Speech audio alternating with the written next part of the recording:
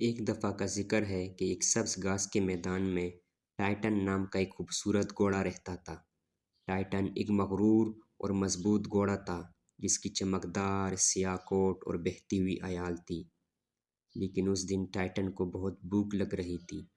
وہ ساری صبح چرتا رہا لیکن گھاس تیزی سے ختم ہوتی دکھائی دے رہی تھی اور اس کی بھوک بڑھ رہی تھی۔ اس نے سرے سے آخر تک گھاس کا سارا میدان تلاش کیا لیکن وہاں کچھ نظر نہ آیا۔ ٹائٹن جیسی ہی امید کھونے لگا تھا، اس نے رسیلی سیب کو قریب کے درخت سے لٹکتے ہوئے دیکھا۔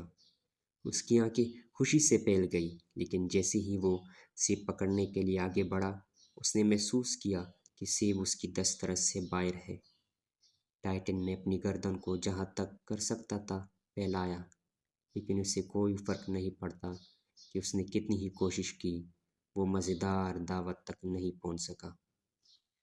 بس جب ٹائٹن ہار ماننے ہی والا تھا، روزی نامی ایک دوستانہ خرگوش اس کے پاس آیا۔ اس نے بھوکے گھوڑے کی حالت دیکھی اور جلدی سے درخت کو گیر لیا اور شاخ سے سیب توڑا، پھر پیچھے ہٹ کر ٹائٹن کو پیش کیا۔ ٹائٹن بہت خوش ہوا اور شکر گزاری کے ساتھ روزی سے سیب قبول کیا۔ میٹھی اور مزیدار سیب نے اس کے بھوکے پیٹ کو بھر دیا اور دونوں دوست اپنی اگلے ایڈونچر کی تلاش میں ایک ساتھ گھاس کا میدان تلاش کرتے رہے۔ اس دن کے بعد ٹائٹن اور روزی بہترین دوست تھے۔